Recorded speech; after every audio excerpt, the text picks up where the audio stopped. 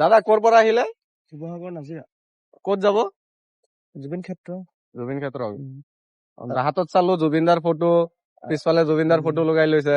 আগতো তাতে আছিলো, তাত তাতে? আছিলো, চাকি জ্বলাই আছিলো ভিজিটত। অ। এই আৰু অসম চৰকাৰ অনুৰোধ কৰিছো মানে কি তেওঁৰ ন্যায়টো মানে ন্যায়ত বিশ্বাস হেৰাই গৈছেগে। এটলিষ্ট মানে তেওঁ যিখিনি বস্তু আছে তেওঁ মানে সংৰক্ষণ কৰাৰ বাবে সংৰক্ষণ কৰক। সেই আৰু সেইদিনা হিংসতে মানে মাটি মাটি ভাঙি দিছে। এনেকুৱা হ'ব নালাগে। মানুহজন নাই বুলি মানে তেওঁ যদি যিখিনি বস্তুখিনি তাতে অৱহেলা নহয় ন, চেষ্টা কৰি আছো। জুবিন দাক কিমান ভাল পাইছিলে আপুনি? ভাল পোৱা বুলি কি আৰু, ভাল পোৱা কাৰণে আজি আছো, ইমান জীৱনটো দিছো আৰু কি ক'ম আৰু, যিমান পাৰো চেষ্টা কৰি আছো, নেৰো আৰু। এতিয়া চৰকাৰলৈকে জুবিন দাৰ ন্যায়ৰ বিষয়ে কি আহ্বান জনায় আপুনি?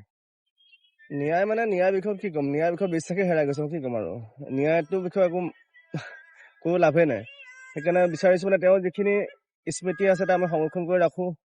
এই অসম চৰকাৰৰ অনুৰোধ আছে, কাৰণ অসমৰ মানুহে বিচাৰে ন, যিচত আহিলত তেওঁ জিৰাইছিল কিমান বাৰ যিহেতু তাৰ ওপৰত ডিপেণ্ড নকৰে, কিন্তু মানুহে বিচাৰে হিংসত আহিলে মানে চাব বিচাৰে। তাক সংৰক্ষণ কৰি ৰাখক, তেওঁৰ যি বস্তু আছে, যি হেৰি আছে।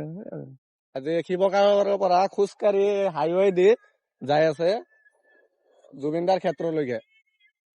এনেকুৱা এজন জুবিন প্ৰেমিক মই আজি ফাৰ্ষ্ট দেখা পালো।